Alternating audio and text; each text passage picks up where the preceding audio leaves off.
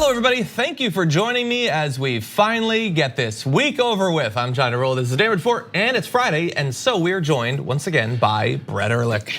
I've been told by JR that I need to market my appearances on this show better, similar to nice. JR Fridays. You know, or JR Wednesdays. He's apparently not doing good enough marketing because you don't even know what it is. So JR Wednesdays, and Brooke apparently is doing something. Not familiar with her work. I wasn't. Jesus. Brooke blowing up on Twitter, by the way. Go check that out. So speaking of me, I think. What do you think? What do you think we should call it? Brett's Days. I had not thought about it. Get Freaky Fridays with Brett. My name isn't like fun. It doesn't fit with it necessarily, but. Okay, we're gonna come up with something. I don't have anything right now. Get aroused this morning. Started off right with Brett. Well, let's get all the bad ones out of the way first, and then we can start to come up with something good. Anyway, what we will have might not be a cool moniker for his Friday appearances, but we will have is the news. And so we're gonna be starting off just a little bit with some updates on Facebook, but then we've got a really major Pentagon report about how much damage climate change is going to do, not just to our country, but more importantly to our military. It turns out it's gonna be pretty bad. And then how is Donald Trump approaching the news in his re-election bid? Very interesting developments there with reporting by the Daily Beast. And then this Democratic primary electorate. We've got a lot of candidates, but could we possibly have one more? Is one lurking in the background waiting to pounce? We're gonna talk about that in a little bit. And what would happen if that person did enter the primary? But before all of that, let's touch base with Mark Zuckerberg once again. Today, Facebook has announced the initial alpha rollout of Facebook News, which I'm sure is going to be much better than the way that they've approached news in the past. So Facebook News, if you haven't already seen, is going to offer stories from a mix of publications, including the New York Times, Wall Street Journal, and the Washington Post, as well as digital-only outlets like BuzzFeed and Business Insider. Some stories will be chosen by a team of professional journalists, while others will be tailored to readers' interests over time using Facebook's machine learning technology, which is also what powers Mark Zuckerberg. And so this is a new platform that they're starting up. It's initially only going to be available to a few people for a period of several months. So if you log on to Facebook, don't expect that you're actually gonna see it right now. But if they like what they see over the next few months, it might roll out.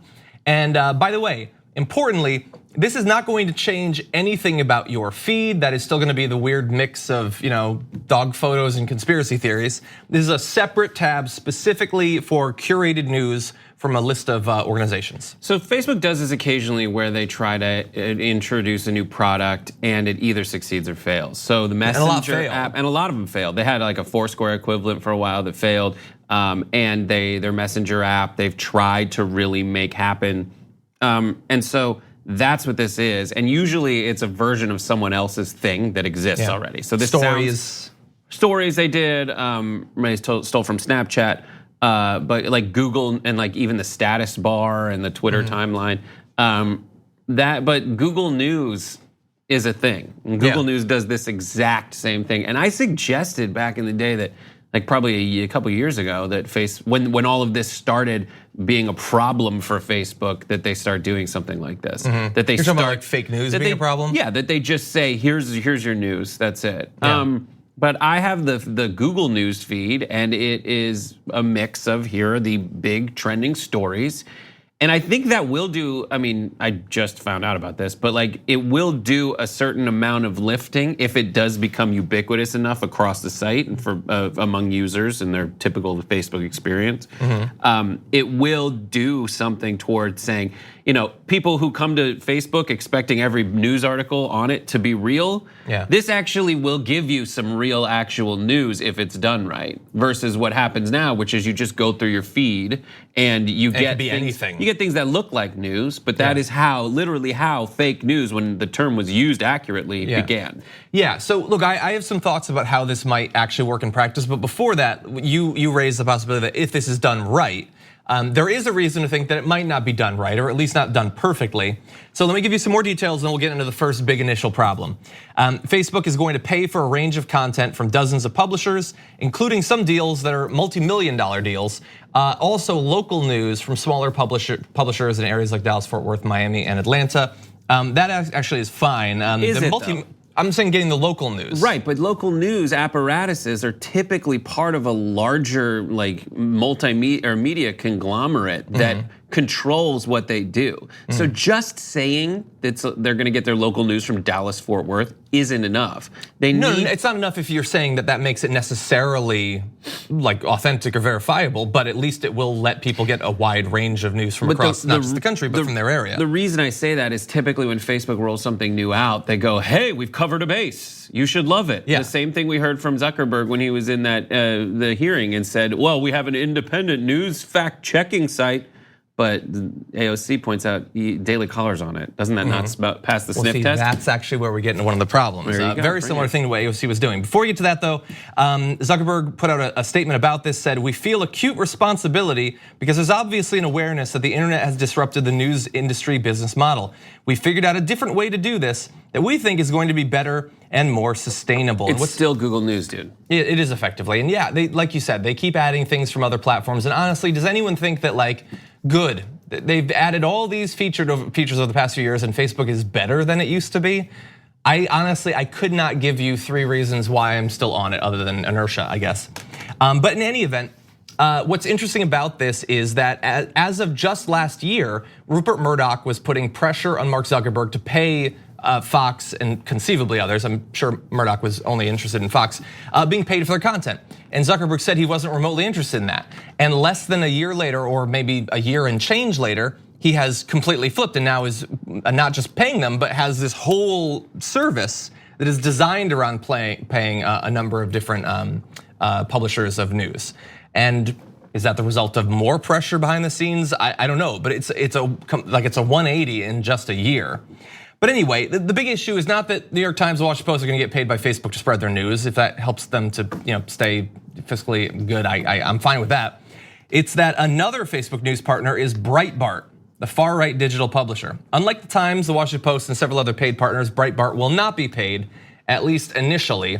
And the problem with that is not that Breitbart is right-wing, it's that Breitbart is, it's been normalized over the past few years, I guess, because Donald Trump is president, he takes him seriously. No, here's why. Is because the nature of Facebook is one where if something's wrong with Facebook, they're afraid people will stop using Facebook. And that's different from if something's wrong with the New York Times, people stop reading the New York Times, fine. But the New York Times isn't a larger company that does other stuff. Facebook, in launching Facebook News, is like, all right, we want to solve problem A, but we don't want to give ourselves problem B. Problem B would be if we started Facebook News and kept right-wing news outlets out of the picture, right-wingers will stop using Facebook altogether, or conservative-leaning people who hear the eventual message brought up by Breitbart and everybody saying like there's a conservative media bias, they're afraid they're gonna drive their largest growing user base was just like conservatives over 65 off of Facebook. That's the problem, and that problem is one of too large a company with too many irons in the fire. It's the problem with something that's that big that needs to be broken up into smaller companies. Yeah, look, I don't even know if it would drive them off. I mean, the thing is, like, this is gonna get rolled out to be a separate tab, but your feed is still gonna be the Wild West of fake news and sites that are designed to look like CNN but aren't. Like, they're still gonna have that. I don't think most conservatives are gonna be clicking on the news tab. I think they're perfectly happy to just see that feed of people who spread the sort of fake news that they want. But anyway, really fast, for people who aren't very familiar with Breitbart, you are a blessed few. But one of the reasons that people have a problem with it is it's just an out and out white nationalist alt-right website. It has been for a very long time. They've gotten in trouble over the years for doing things like, you can take a look at this screenshot. This was their section on black violence that they had. It was a literal tag that you could search on their website to get stories that give you the black on black violence content that you've been looking for. That's just a normal thing that, news sites do. Wait, go back to you ever go to the New York Times black on black crime section? Can we say that one more time? All of the ones above it. FBI framed Flynn, Spygate heats up, Schiff's dungeon, Soros speaks, and then Brexit blocked again. Yeah, if you want the news, but you don't want to get uncomfortable mentally, even 0.1%, and that's what you just go to Breitbart, because they will give you exactly what they want. But anyway, it's been attacked previously. This was back when Steve Bannon was moved from Breitbart to the White House. The ADL put out a statement saying they strongly oppose the appointment of Steve Bannon as senior advisor and chief strategist in the White House.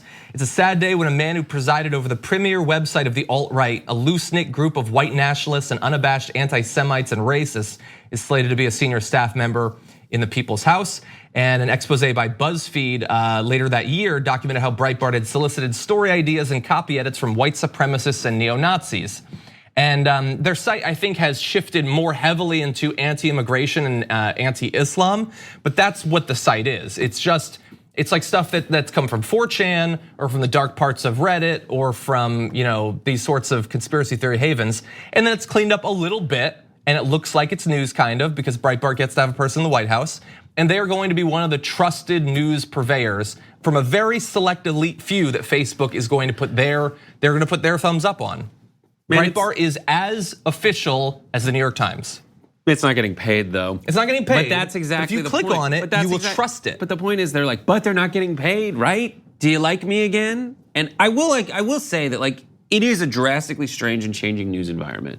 And that is a difficult problem for Facebook to solve. So I understand that they have what they consider to be growing pains along the way. My grave concern is that they don't allow the gravity of concern for the people who are suffering from their mistakes. Yeah. Which is the discourse in the universe, essentially. Yeah, they're focusing on we've gotten attacked, we've gotten pressured. I'm going to come up with a solution because we're suffering, not what are people's actual concerns about? Not as is Tucker Carlson telling me that I'm not being fair to him, but really what is misinformation doing to the American voter? Yeah. Which is far more important. But Zuckerberg apparently doesn't have that concern. And just last thing, we need to keep the pressure up because the right is keeping the pressure up on Zuckerberg, and as much as he doesn't like it, he is taking meetings with them. Exactly. So we need to kick and scream more than they do because we're better. Okay, we'll end on that. Okay, we do have to take a break. We come back. Guest's gonna join us on the other side. We need to talk about a relatively new show called the Republic, or UNFTR. As a Young Turks fan, you already know that the government, the media, and corporations are constantly peddling lies that serve the interests of the rich and powerful. But now there's a podcast dedicated to unraveling those lies, debunking the conventional wisdom. In each episode of the Republic, or UNFTR, the host delves into a different historical episode or topic that's generally misunderstood or purposely obfuscated by the so-called powers that be. Featuring in-depth research, razor-sharp commentary, and just the right amount of vulgarity, the UNFTR podcast takes a sledgehammer to what you thought you knew about some of the nation's most sacred historical cows. But don't just take my word for it. The New York Times described UNFTR as consistently compelling and educational, aiming to challenge conventional wisdom and upend the historical narratives that were taught in school. For as the great philosopher Yoda once put it, you must unlearn what you have learned. And that's true whether you're in Jedi training or you're uprooting and exposing all the propaganda and disinformation you've been fed over the course of your lifetime. So search for UNFTR in your podcast app today and get ready to get informed, angered, and entertained all at the same time.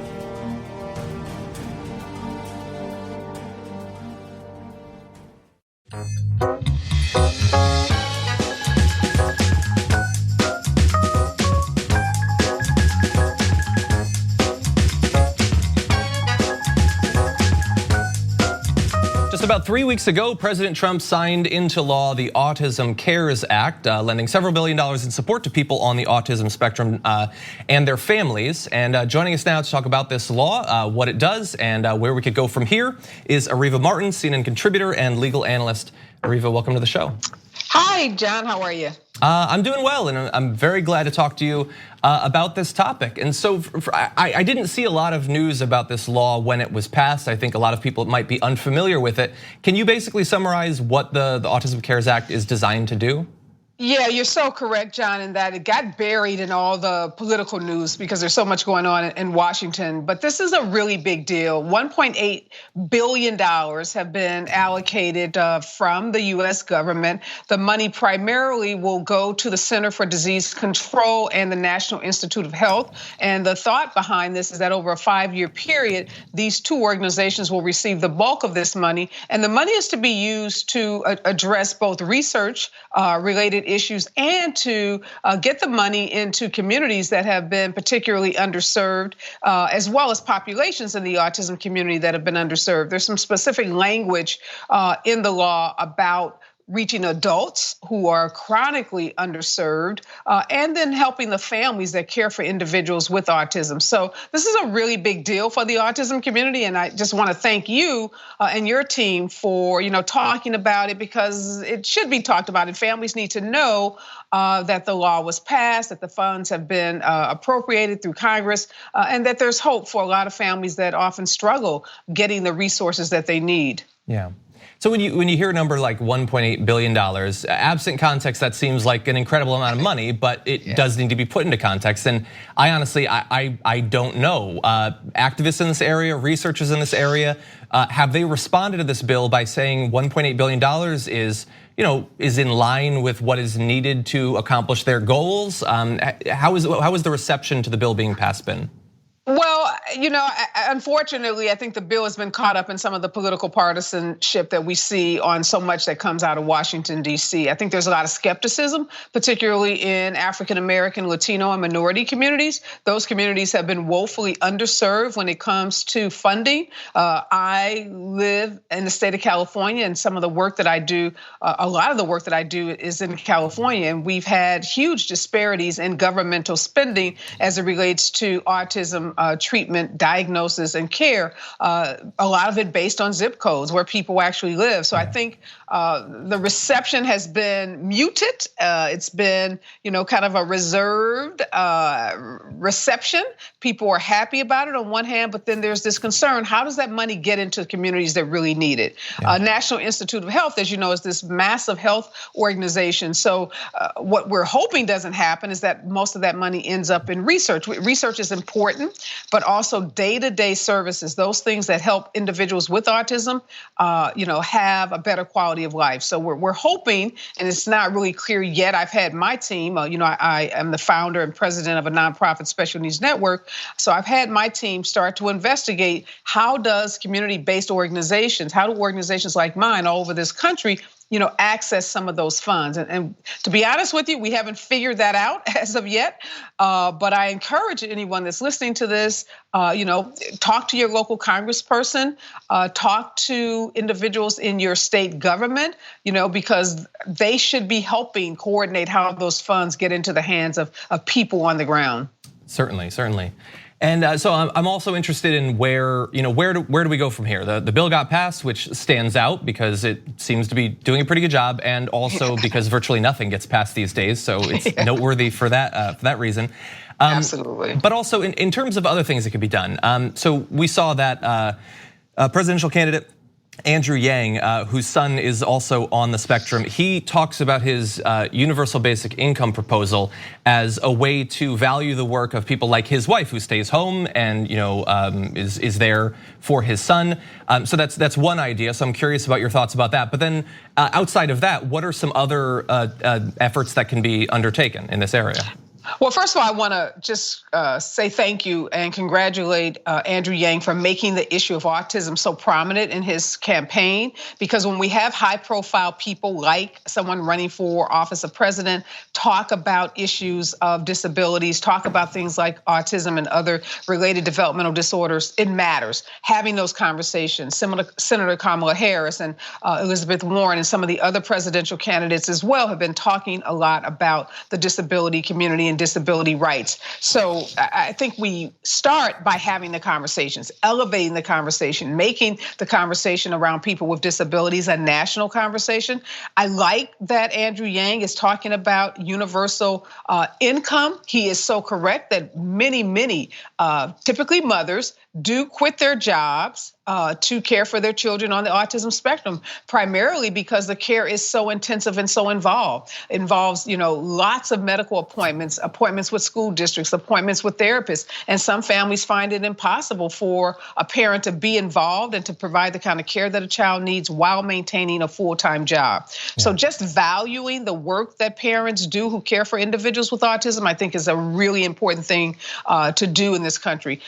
Making the laws more flexible in terms of work, providing paid leave for family members who need to take time off to care for an individual with autism is also something that I think we should be looking at in this country. And I hope all of the candidates running for office will consider. Parents need more time to care for kids. One thing I can tell you, I'm a mom of a son on the spectrum. So I know this as an advocate. I know as a civil rights lawyer. I know it as a parent. Our kids are incredibly, incredibly capable of learning and living productive lives, but they've got to get early diagnosis, early intervention, and they've got to have a community around them that provides the kind of supports they need to thrive. So I think as a nation, we need to think about how we value the lives of those with disabilities, not think of them as a burden or as people that can't be productive, but think about them as individuals who have tremendous capabilities to be tax-paying, law-abiding, productive members of our society. I couldn't agree more. Areva Martin, founder of the nonprofit Special Needs Network, thank you so much for joining us today on the show. Thanks, John. We're gonna take a short break. We'll see you on the other side.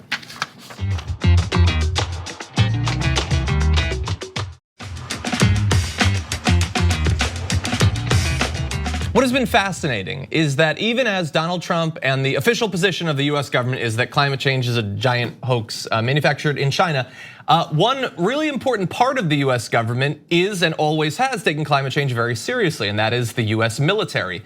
There's a new report that I just read the results of that are fascinating, and you should definitely go take a look at the raw report, but even the headline version of it is something. So understand, this was put together with involvement from the Army, the DIA, NASA, and it was commissioned by General Mark Milley, the new chairman of the Joint Chiefs of Staff. So it's coming from inside the deep state. But anyway, the report paints a frightening portrait of a country falling apart over the next 2 decades due to the impacts of climate change on, quote, natural systems such as oceans, lakes, rivers, groundwater, reefs, and forests. And it talks about increased energy requirements triggered by new weather patterns like extended periods of heat, drought, and cold that could eventually overwhelm an already fragile system. And this is not just like, hey, look ahead to 2 decades from now and imagine what might happen. Here in California, we just had huge power outages, not as a result of something being taken down by nature. It was like a preemptive thing. We need to take this down, you're gonna lose power in anticipation. And so that's the sort of thing that's being talked about here, but it's already happening right now. Yes, it's after careful consideration, I have concluded that climate change is man-made and a disaster in the making. Yeah. And that's exactly what it's like, because it's funny what you just mentioned. That sounds like some kind of post-apocalyptic situation or scenario, or at least like that scene before the giant problem that ends up making it really like the apocalypse, I guess, where people are like, this is the incremental nature of what we are to experience that will then suddenly we'll look back and be like, oh my God, that was terrible. I wish we'd done something about it. Yeah, someday we'll say that. Yeah, and again, as we always try to stress, this is about the future, but it is not something that is going to start someday. We're in it right now. This is sketching out how it's gonna get worse. So, really importantly, our infrastructure in almost every area in this country is much worse than you have been led to believe, especially when it comes to our electrical grid. It is already fragile. That's how the US military describes it. So if that was to be overwhelmed by a period of drought or extreme heat, it was overwhelmed, what sort of bad effects could that have? Well, they were able to identify a few. That's a loss of perishable foods and medications, loss of water and wastewater distribution systems, loss of heating and air conditioning and electrical lighting systems, loss of computer, telephone, and communication systems, loss of public, what's that? I would just love it. It's like, here's things that run on electricity. Everything. Loss of public transportation systems, loss of fuel distribution systems and fuel pipelines, loss of all electrical systems that do not have backup power. Obviously, most important there is that you'd lose the internet and your phone service. So other than that, you'd be fine.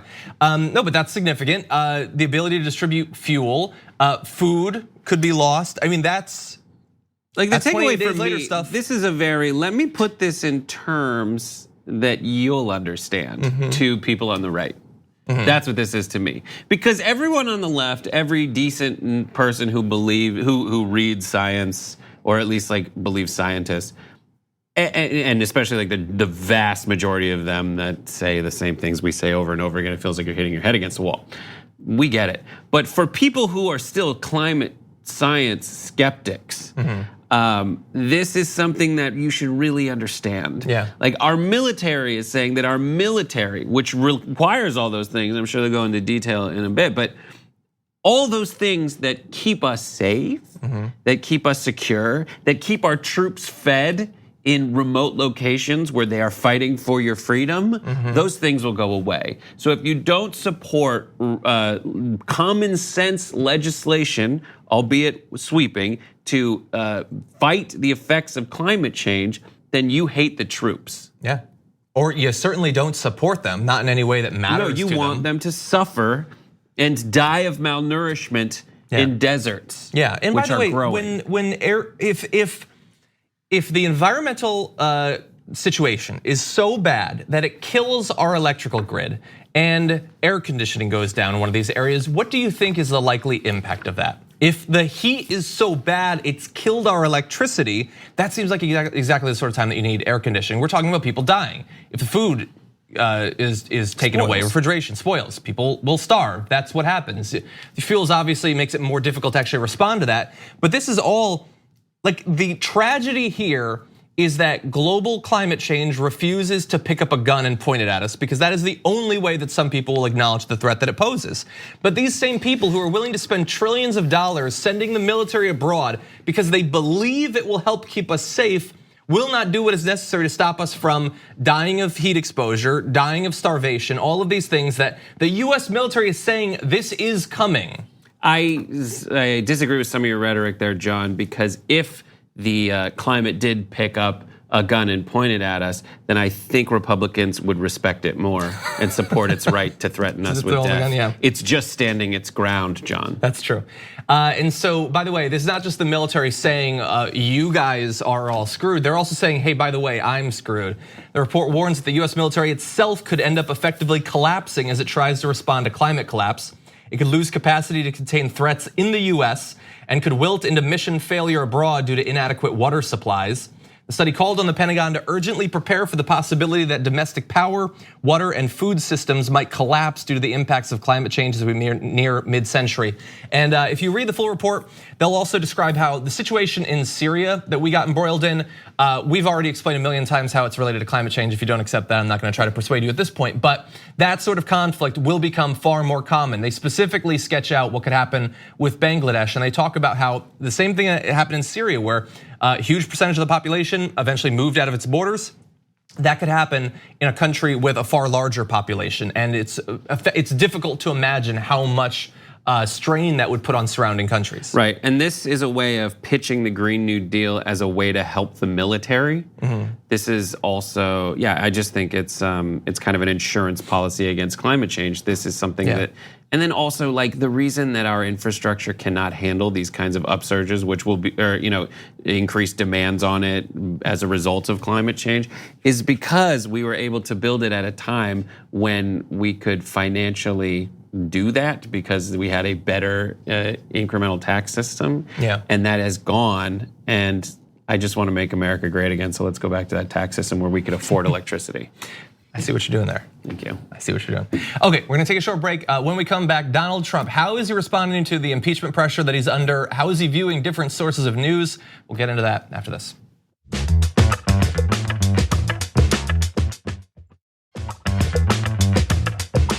So how is Donald Trump reacting to this new pressure? Well, he's changing his approach to the news. And the best way that I saw this summed up was one, albeit anonymous, senior White House official said that he is making a defensive barrier between himself and news that doesn't, quote, make him feel beautiful and powerful.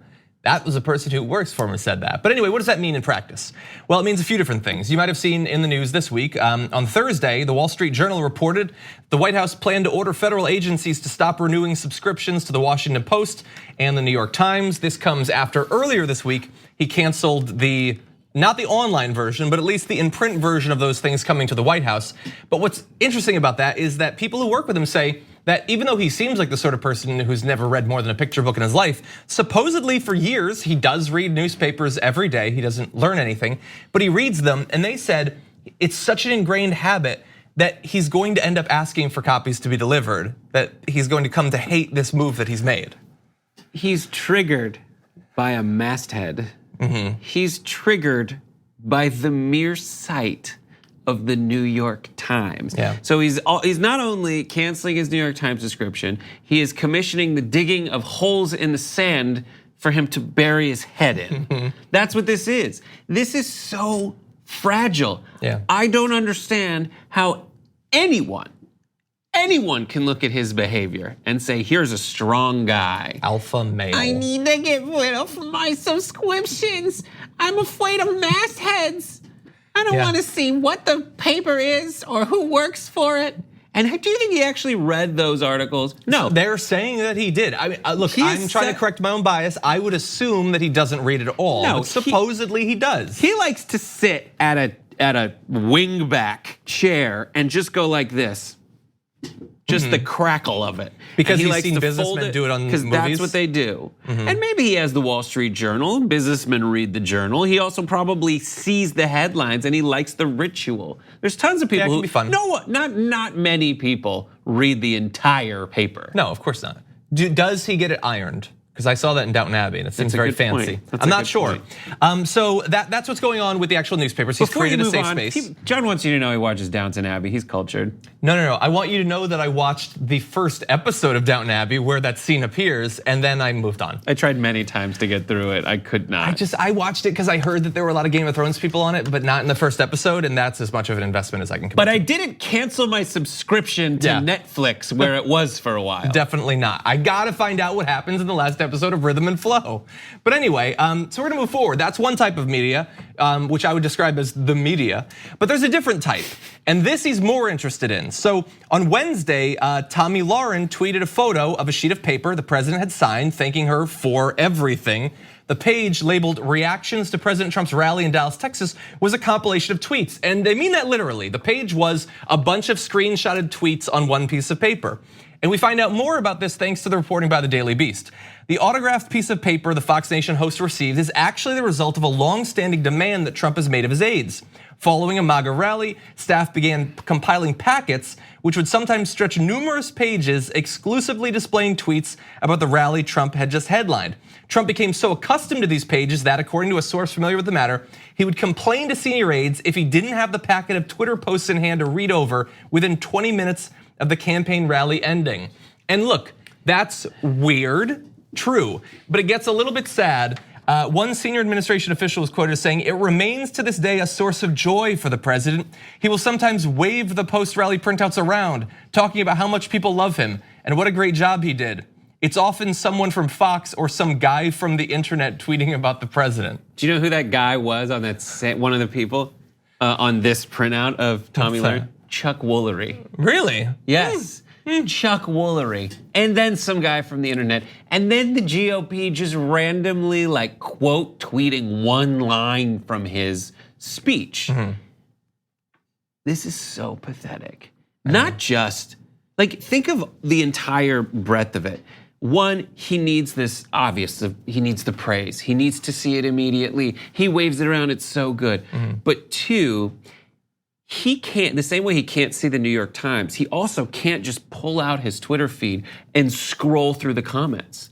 Because when he does that, it's gonna be the negative comments too. So he needs someone to go through and, again, bury his head in the sand and insulate him completely from any negative reinforcement because it triggers him so. Yeah, so look, I would say, I understand how negative the internet can be.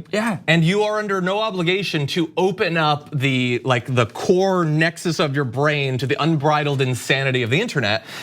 But you're also, you probably shouldn't have a tweeted out list that you wave around like a kid who just got a balloon. That's weird too. But the problem is his rhetoric and the changing nature of the news media kind of allows everyone to do this, and they're to very carefully select what emotional experience they get. Yes, to if all they want to do is weed out anything that refutes any instinct that they might have, and any other information out there. He's able to make the world this way. Fox News and a lot of his supporters are trying to have the exact same experience. They just can't afford aides to go find and print out all the positive tweets because the tax cut didn't apply to them. Imagine if I'm trying to imagine what version of this would be acceptable. Maybe if it was like interesting perspectives compilated into a page, or criticisms that seem to come from a place of wanting this person to be better. Here are things to consider to change.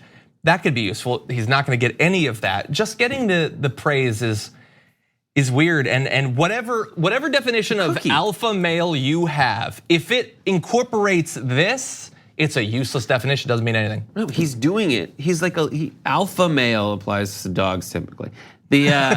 But like he's more of like a good little puppy. He does it because he wants a treat. This is his little treat. Yeah. Look, I get it. So the final thing I want to talk about in terms of the media is his approach to interviews. So back during the 2016 election, he was all over the news, always. He was on Fox News a ton, sure, but he was on Morning Joe like every morning for what felt like 17 years or so. And so he was spreading it around everywhere because he wanted to overwhelm the news, and it 100% worked. I don't like it to be there. I want to Photoshop that real bad. Sorry.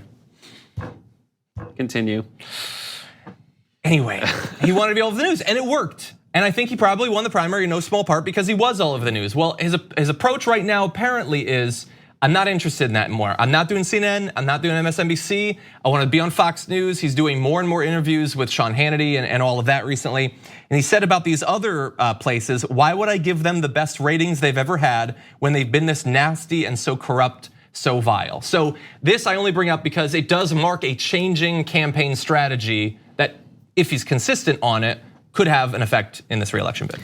Yeah, I mean, but that's just more of the same. Him trying to only cater to a base by giving little drops of information that reinforce whatever his strategy was. But what's hilarious about this is that the impeachment inquiry is little drops of information in the other direction. And the difference between the drops of information from the impeachment inquiry and the drops of information from Trump to Fox News is the impeachment inquiry. Those are all actual facts. That is different. Yeah. Okay, so we're gonna take a short break. We come back. The Democratic primary field, could it get one bigger? We'll break it down after this.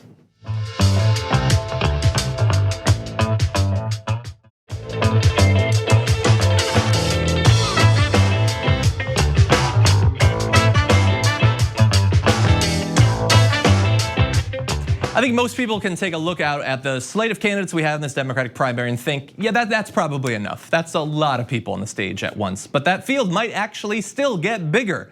There are rumblings about a few different people, and I don't want to necessarily put it out in the universe, but one of them, Hillary Clinton, isn't necessarily not getting into this. Now, this all started thanks to, it seems, Donald Trump, who a little while back tweeted, I think that crooked Hillary Clinton should enter the race to try and steal it away from uber-left Elizabeth Warren. Only one condition, that's all just conspiracy theories at that point. But, so he tweeted that, which is one thing to do, but the scary thing was the response from Hillary Clinton, who tweeted, don't tempt me, do your job. Don't tweet that, that's mean, why do that to us? And anyway, you might be able to write that off as saying, she's trying to be clever, she's effectively like, doing that on Twitter or whatever.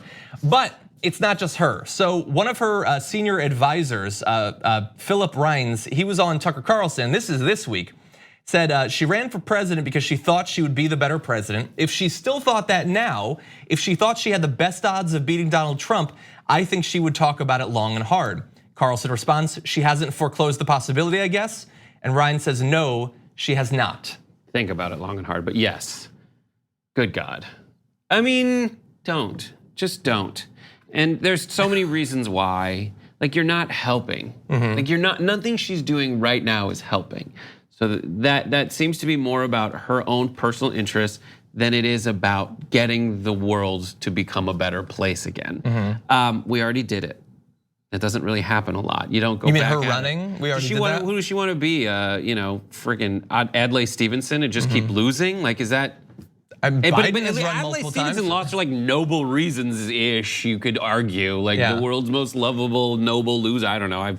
I don't remember it. I studied in college, but like this isn't helping. And it would be one thing if the tweets were good, actually. And when I heard her in my mind as she's reading it, it felt like it motivated enough people in a way that was different than who she motivated last time. But this is the same as it would people that it would motivate last time. Probably less. And that wasn't enough. Probably less because people are a little upset that she wasn't able to actually pull it off the first time around. Yeah, look, I get that she's mad about what happened.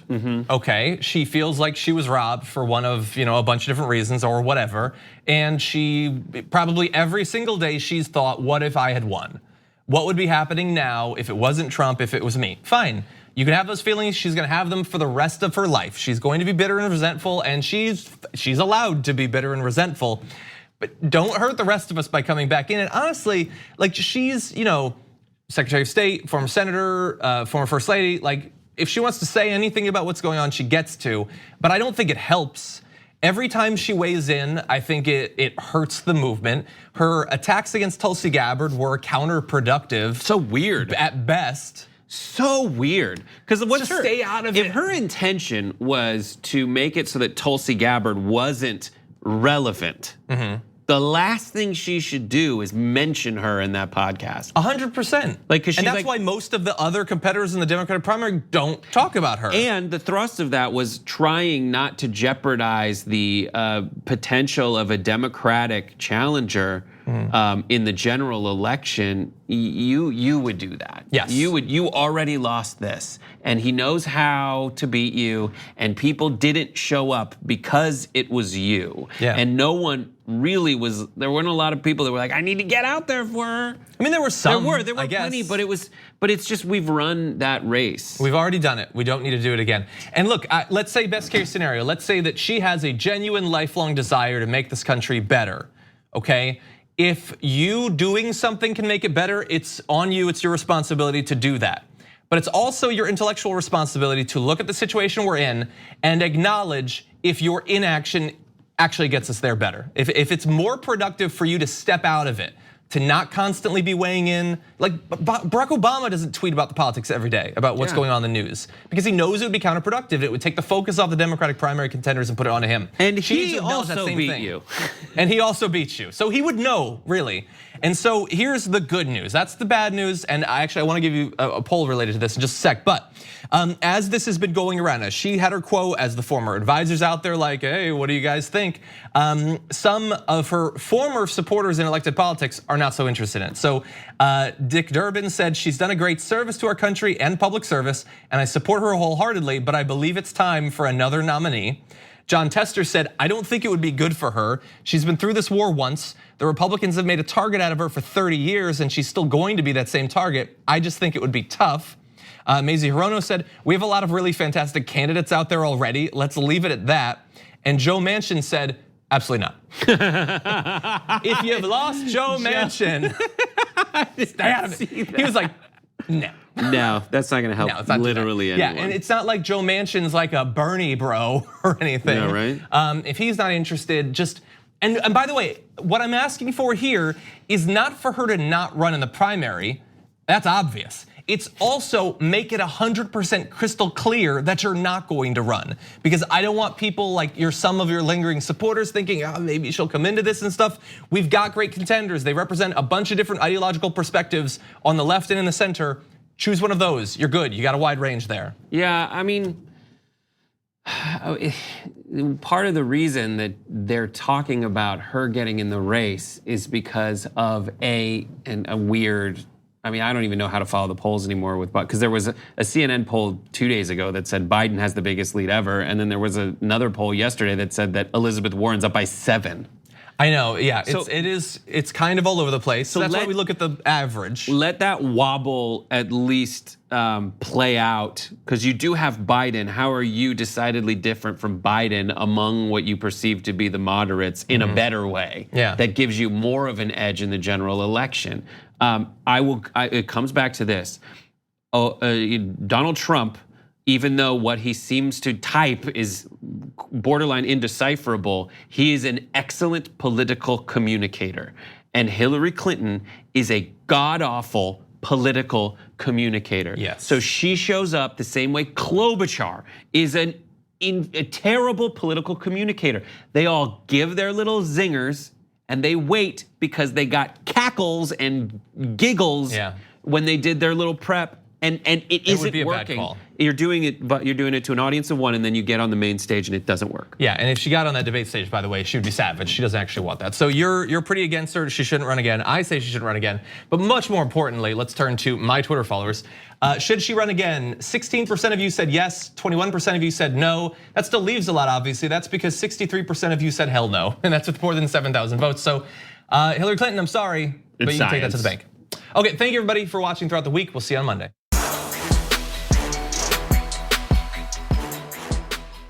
Thanks for listening to the full episode of The Damage Report. Support our work, listen ad-free, access members-only bonus content, and more by subscribing to Apple Podcasts at apple.co/TYT. I'm your host, John Adarola. I'll see you soon.